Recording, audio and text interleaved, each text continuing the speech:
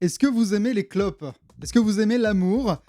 Et est-ce que vous aimez ne rien faire? Quand il y a une nouvelle saison d'animé, j'ai cette habitude depuis quelques années, voire quelques dizaines d'années, de sélectionner ce que je vais regarder en avance. Comme tout le monde, vous me direz. Mais ce que j'aime bien faire aussi, c'est prendre des paris. Des paris sur des animés qui, je pense, vont marcher et d'autres qui, je pense, vont flopper.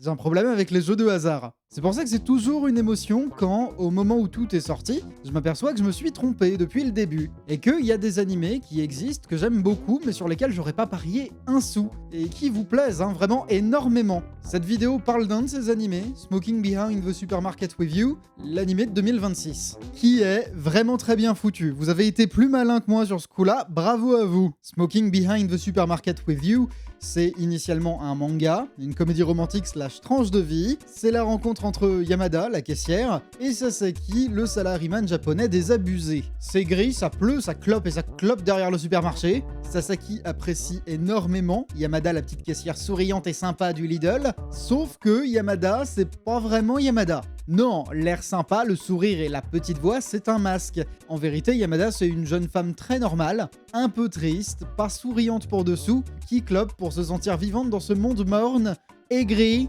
et triste. Smoking Behind the Supermarket with You, c'est aussi un titre extrêmement long, mais vous en faites pas, on va trouver des astuces. Dans Les clopes derrière le Aldi, tout le nœud de l'histoire, c'est évidemment que Yamada est si différente dans son travail et en dehors du magasin que Sasaki n'arrive pas à la reconnaître du tout. Alors qu'il va fumer avec elle derrière le magasin très souvent. Et ça, ça la fait bien marrer Yamada, à tel point qu'elle invente l'identité de Tayama, une autre femme. Déjà parce que c'est drôle, et ensuite parce que ça lui permet à elle de vivre un truc un petit peu inhabituel. Dans les deux cas, la pause clope, la nuit tombée, ça devient leur sas de décompression. On parle de tout, on se regarde dans le blanc des yeux, mais surtout on parle de rien, on regarde le temps passer, et ça va pas si mal peut-être. Ah, c'est terrible d'être adulte. Et c'est tout ce que ça raconte. C'est un manga qui est extrêmement simple.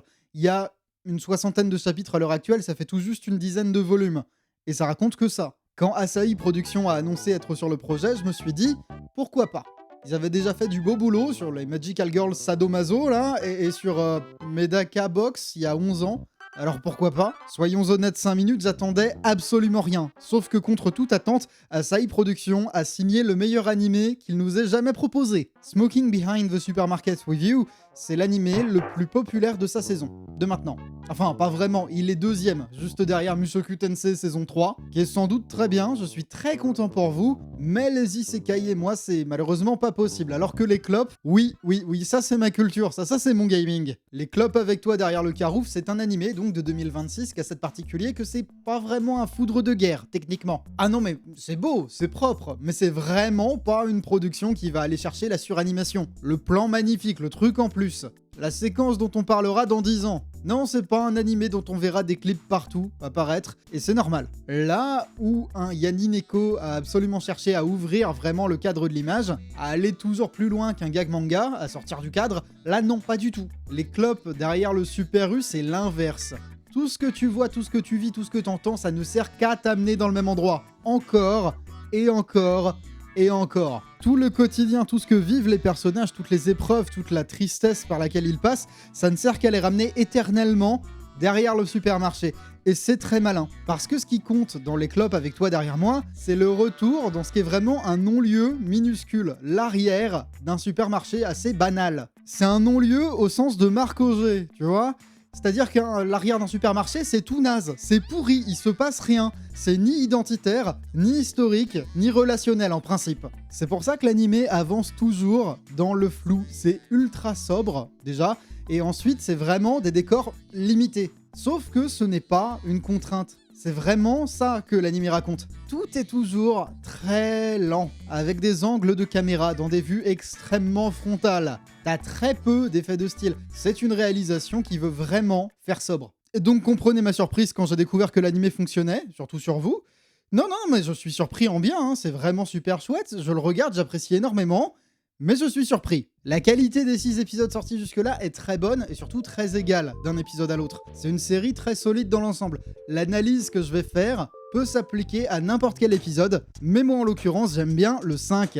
La scène d'intro de l'épisode, c'est la clope partagée avec le collègue dans un lieu exigu, sous un soleil débile, dans une pièce dans laquelle la clim ne fonctionne pas. on parle de choses et d'autres, et là, ça, ce que vous voyez, c'est le plan qui m'a fait réaliser que j'avais déjà vu un film qui racontait quelque chose de très similaire à ce qu'on voit. Et je le montre dans une seconde, mais d'abord, abonne-toi à la chaîne, coquin. À ce stade, il y a un film dont j'aimerais parler comme à chaque fois, parce que les animés c'est super, mais ça fait pas tout. Quand on parle d'animés tranche de vie en vue frontale sur la mélancolie devant la société japonaise, il y a un réalisateur qui revient directement. Yasujiro Ozu. C'est un des réalisateurs japonais les plus célèbres de tous les temps, qui a eu tendance à faire des films qui sont absolument déprimants. Là, par exemple, c'est Le Goût du saké que vous voyez, un film de 1962. Dedans, tu suis un père de famille veuf qui vit avec ses 2 grands gamins et qui se réunit périodiquement avec 2 vieux copains pour boire et regarder le temps passer. Le sujet qui revient en boucle à table, c'est le mariage de sa fille et c'est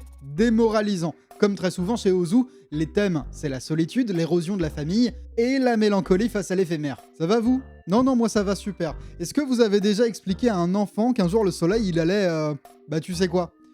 Non, je vous jure, c'est exceptionnel comme expérience, faites-le chez vous. Si j'en parle de ce film, c'est parce qu'exactement comme dans les clubs plus toi, plus moi, plus tous ceux qui le veulent, dans Le Goût du saké, il y a un éternel retour au même bar, dans les mêmes plans, pour boire les mêmes bières. C'est très rituel, mais c'est surtout très surcadré, très frontal, et on entend des discussions à propos des banalités qui arrivent dans la vie à un âge où il y a justement plus grand chose qui arrive dans la vie. Est-ce que vous voyez un petit peu où je veux en venir ? La caméra d'Ozu posée au niveau du tatami, elle est pas différente de la caméra sans fantaisie des clopes avec ta mère. Ce que cherchent les deux, c'est à utiliser les mêmes lieux et les mêmes plans pour faire ressortir ce qu'il y a dans les personnages. Est-ce que vous aussi, des fois, vous avez l'impression que la vie est une lente, très très lente boucle ?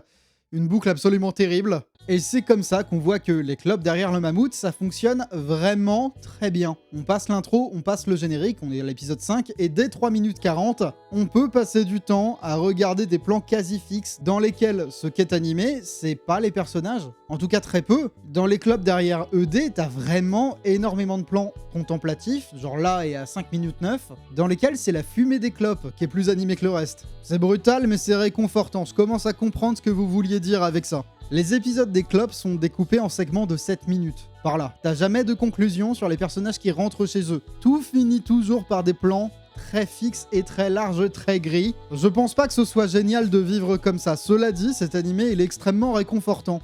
Ça veut dire qu'il n'y a pas que moi qui éprouve parfois l'envie en rentrant du travail d'aller faire un gros câlin à l'autoroute. Non, c'est chez tout le monde.